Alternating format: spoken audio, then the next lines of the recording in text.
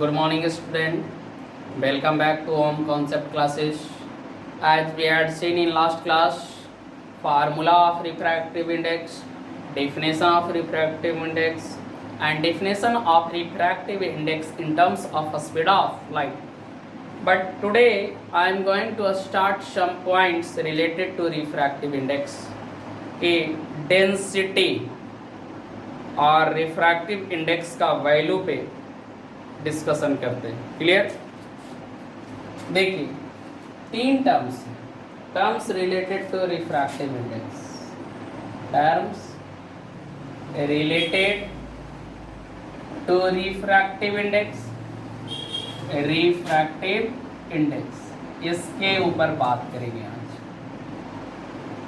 Clear? तो तीन चीज. एक, अगर रिफ्रैक्टिव इंडेक्स की मान 1 से बड़ा हो जाए, एक case. First. Second case, refractive index का वैल्यू 1 से छोटा हो जाए. और थर्ड केस, रिफ्रैक्टिव इंडेक्स का वैल्यू 1 के बराबर हो जाए. तब क्या क्या होगा, तीनों केस में देखते हैं. तो अगर रिफ्रैक्टिव इंडेक्स का मान 1 से बड़ा हो गया, तब इट मीन्स कि लाइट जो जा रहा है रेयरर मीडियम से डेंसर में जा रहा है कि डेंसर से रेयरर में जा रहा है. बताइए. अगर रिफ्रैक्टिव इंडेक्स का मान 1 से बड़ा हो रहा है, तो 1 से बड़ा हो रहा है यानी स्पीड ऑफ लाइट न्यूमरेटर में जाना होना चाहिए और डिनोमिनेटर में स्पीड ऑफ लाइट कम होना चाहिए. तब ऐसे भी जानते हैं refractive index is equal to क्या होता है. यहाँ पे लिखे, refractive index is equal to होता है स्पीड ऑफ लाइट इन, है ना, medium 1 divided by speed of light in medium 2. तो डिनोमिनेटर का वैल्यू कम होगा तब ना रिफ्रैक्टिव इंडेक्स 1 से बड़ा होगा. तब यहाँ पे स्पीड ऑफ लाइट मीडियम 1 में ज़्यादा होगा. तब यहाँ पे कह सकते हैं कि speed of light in medium 1, medium first, is greater than a speed of light in medium 2. ये एक बात निकल गया है. और भी बात यहाँ से निकलता है कि लाइट जा रहा होगा रेयरर मीडियम से डेंसर मीडियम में. कहाँ से जा रहा होगा? रेयरर मीडियम से डेंसर. तो light will travel from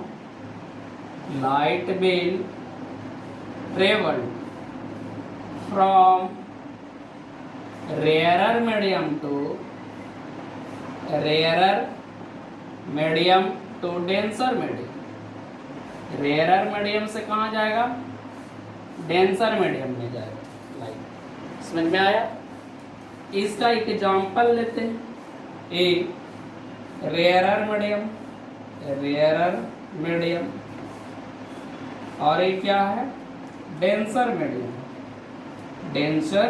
medium. Clear? अब लाइट ट्रेवल यानी रेयरर से आ रहा है डेंसर की ओर, नॉर्मल है, इंसिडेंट रे, तो बेंड हो जाएगा टुवर्ड्स नॉर्मल. एक कंडीशन. सेकंड कंडीशन कि अगर रिफ्रैक्टिव इंडेक्स का वैल्यू 1 से छोटा यानी डिनोमिनेटर बड़ा होना चाहिए. डिनोमिनेटर बड़ा होना चाहिए यानी स्पीड ऑफ लाइट ज़्यादा होगा, यानी डेंसर टू रेयरर चलेगा. तब इसको मैं आराम से फटाफट लिख दें कि speed of light in medium 1, है ना, will less than speed of light in medium 2. एक कंडीशन. अगर बात करें ट्रेवल कहाँ से कहाँ कर रहा, तो रेयरर मीडियम से डेंसर के डेंसर से rarer, denser medium to rare.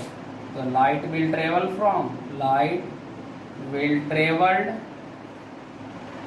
From denser medium to rarer medium. Denser medium से कहाँ जाएगा? रेयरर मीडियम में जाएगा. अब कैसे कैसे जाएगा, तो डायग्राम से देख ले। अगर ये दो मीडियम है, ये हो जाएगा डेंसर मीडियम, डेंसर मीडियम, और यहाँ पे हो जाएगा रेयरर मीडियम, रेयरर मीडियम।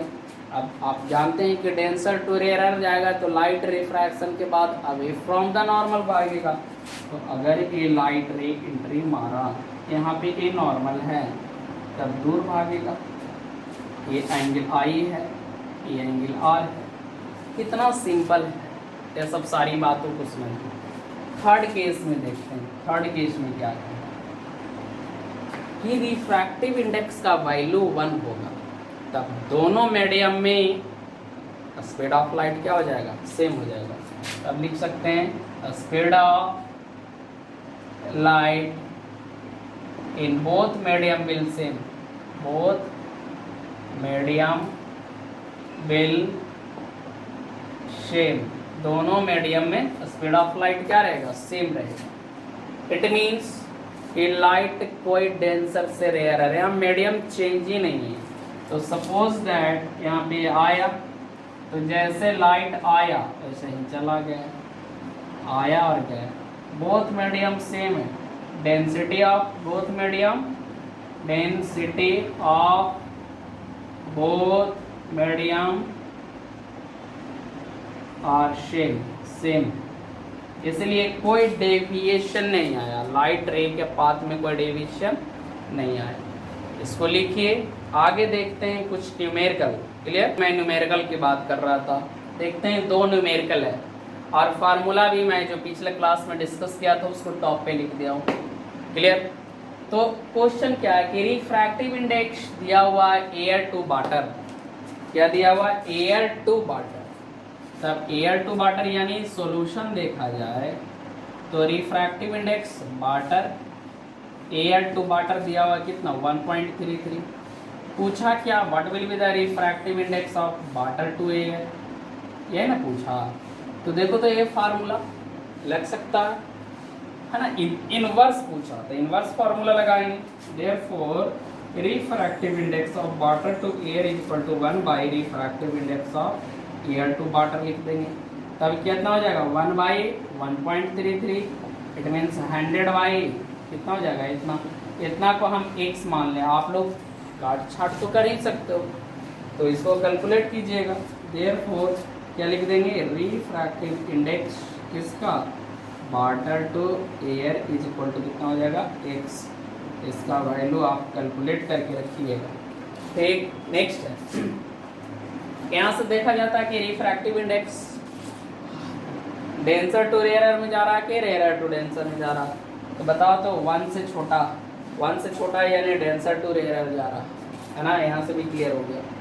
अब नेक्स्ट क्वेश्चन देखते हैं, नेक्स्ट क्या कहता है। तो चेन रूल के आधार पे क्वेश्चन है, इसलिए मैं फार्मूला ऑलरेडी पुट कर चुका हूँ।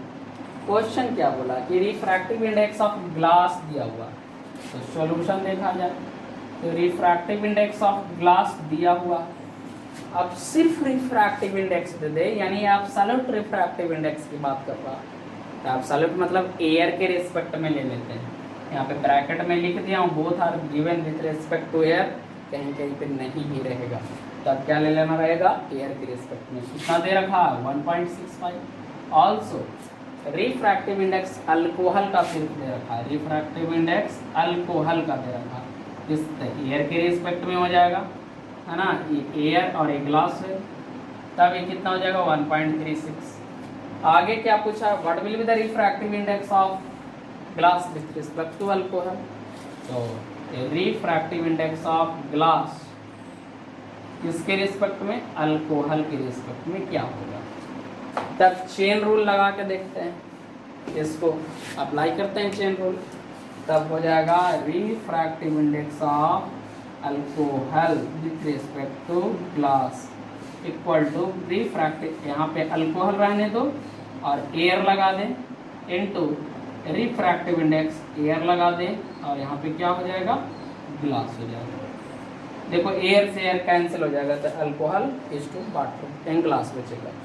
अब ई दिया हुआ है, देखो एयर ग्लास दिया हुआ है, लेकिन ए नहीं दिया हुआ है, ए इनवर्स में दिया हुआ है, इसको फिर से इनवर्स फार्मूला जैसे ही केवल अप्लाई करेंगे फार्मूला, तब क्या हो जाएगा, यहाँ पे एयर ऊपर चला आएगा, यहाँ पे अल्कोहल नीचे आ जाएगा, इनटू म्यू, ग्लास यहाँ पे और एक एयर है।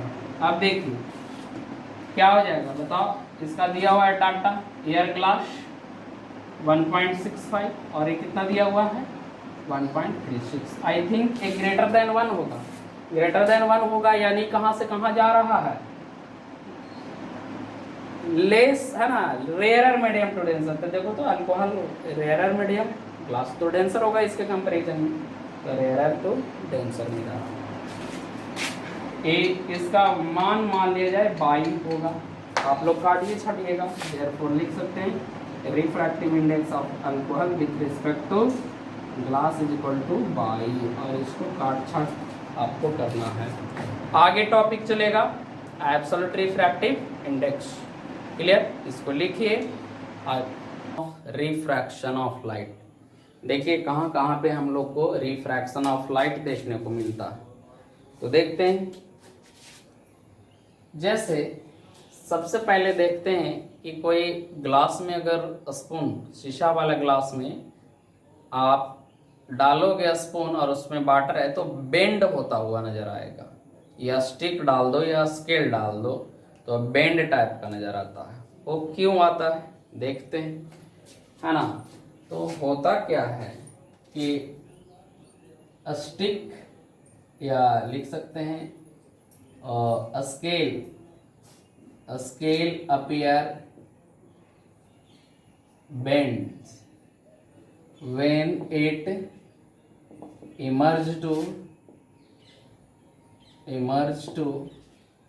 glass containing वाटर, जिसको मैं वाटर है ना, उसको मैं डालते हैं। होता क्या है कि सपोज दैट एक ग्लास है, एक क्या है, एक ग्लास है, और एक ग्लास है और इसको में क्या है, इसको में कुछ दूर तक इसको में वाटर फुल है, क्लियर है, वाटर है कहीं कहीं पे, और इसको में हुआ क्या कि स्टिक डाले, है ना, इसमें स्टिक एक डाले इस तरीके का स्टिक डालें। अब स्टिक डालें तो कोई एक पॉइंट को आप चूज कर लो, इसी पॉइंट को आप चूज कर लो, समझे, इस पॉइंट को आप चूज कर लो, क्लियर। तो यहां से लाइट निकला, यहां से क्या निकलेगा, लाइट निकलेगा इस पॉइंट से, ए पार्टिकुलर पॉइंट से लाइट निकलेगा तो जाएगा तो इस तरीके से। अब बताइए ए मीडियम कैसा है, डेंसर, यहाँ पे नॉर्मल बना दे, नॉर्मल, तो अवे भागेगा कि नहीं, एकदम भागेगा, अवे फ्रॉम द नॉर्मल भागेगा। फिर एक और लाइट रे निकालो, मान लिया जाए ऐसे गया होगा, तो यहाँ पे नॉर्मल ले तो फिर से ये दूर भागेगा, क्लियर, समझ में आया। अब हमारा यहाँ पे है ह्यूमन आई, यहाँ पे क्या प्लेस है, ह्यूमन आई प्लेस्ड है, समझ में आया, यहाँ पे ह्यूमन आई प्लेस्ड है, समझ में आया। ए ह्यूमन आई, सपोज आप लोग और सुंदर से बनाइएगा, ह्यूमन आई प्लेस्ड है। ह्यूमन आई का टेंडेंसी है सीधा देखना, वो सीधा देखने का कोशिश करेगा क्योंकि उसको लगेगा कि लाइट ट्रेवल कर रहा है कैसा, स्ट्रेट लाइन पाथ में, तो यहाँ आएगा। ए पी है जो पी डैश यहाँ पे दिखाई पड़ेगा स्लाइटली एभव। अब यहाँ से डायग्राम बनाएं तो ए यहाँ पे आएगा और ए यहाँ पे आएगा, क्लियर, इस तरीके से। तो लाइट ए स्टिक क्या हो जाएगा, बेंड, है ना, या स्केल बोलो, स्केल है, एक ग्लास है और एक वाटर है। यहाँ पे क्या हो रहा है, रिफ्रैक्शन ऑफ लाइट हो रहा है, रिफ्रैक्शन ऑफ लाइट हो रहा है, जिसके कारण क्या हो जाएगा, है ना, रिजल्ट क्या मिलेगा, रिजल्ट जो मिलेगा बेंडिंग इन स्केल मिलेगा, बेंडिंग इन स्केल, स्केल में बेंडिंग मिलेगा। क्लियर, इसी के कारण मिलता है। आगे देखते हैं कि अगर कोई क्वाइन आप डालो, वैसा ग्लास जिसको में वाटर फुल है, वो क्वाइन लगेगा कि बहुत ही ऊपर है लेकिन रहता है नीचे, तो वो भी रिफ्रैक्शन ऑफ लाइट के कारण होता है। तो यहाँ पे लिख सकते हैं second case, coins appear, coins APPER appear above the surface, above the surface, surface से एबव दिखाई पड़ता है। क्यों दिखाई पड़ता है सरफेस से एबव, वो देखते हैं। होता क्या है कि अगर आप एक यहाँ पे ले लो, क्या वाटर कंटेनिंग ग्लास, इसको में वाटर है थोड़ा थोड़ा, और एक क्वाइन यहाँ पे रख दिए, एक क्वाइन, इस क्वाइन के कोई एक पार्टिकुलर पॉइंट P से लाइट निकल रहा है, तब यहां से लाइट निकल रहा है। ऐसे तो सारे पॉइंट से निकलेगा लेकिन कोई एक पॉइंट को कंसिडर करते हैं। यहाँ लाइट निकला इस तरीके से और ये लाइट निकला इस तरीके से, दो लाइट रे में लिया। अब यहाँ पे नॉर्मल हो गया और यहाँ पे नॉर्मल हो गया। डेंसर टू रेयरर यानी अवे भागेगा कि नहीं, स्लाइड है ना, डेंसर टू रेयरर जाएगा तो क्या हो जाएगा, अवे भागेगा, और ए भी क्या भागेगा, अवे भागेगा। समझ में आया, हल्का सा अवे भागेगा। तो अवे यहां से जाएगा, समझे, अवे जाएगा, और यहाँ पे है क्या, ह्यूमन आई है, ह्यूमन आई। तो ह्यूमन आई है जो उसको लगेगा क्या कि लाइट ट्रेवल कर रहा है, कहाँ, सीधा ट्रेवल कर रहा है। तो एक क्वाइन कहाँ पे नजर आएगा, एक क्वाइन नजर आएगा, यहाँ पे नजर आएगा, है ना, एक क्वाइन, ये अपीयर होगा। और ये क्या क्या है, एक्चुअल है, एक्चुअल क्वाइन यहाँ पे है। समझ में आया, तो ये P डैश। तो देखो तो इतना का डिफरेंस आ गया, क्या, तो डेप्थ लगेगा बहुत कम है। तो सारा खेल किसका है, रिफ्रैक्शन ऑफ लाइट का। यहाँ पे क्या है, एक ग्लास है और ये है वाटर। क्लियर। तो बहुत सारे मैजिकल चीज रिफ्रैक्शन ऑफ लाइट पे भी डिपेंड करता है। क्लियर। और इसको साइंस में यूज किया जा रहा है। आज का क्लास यहीं तक।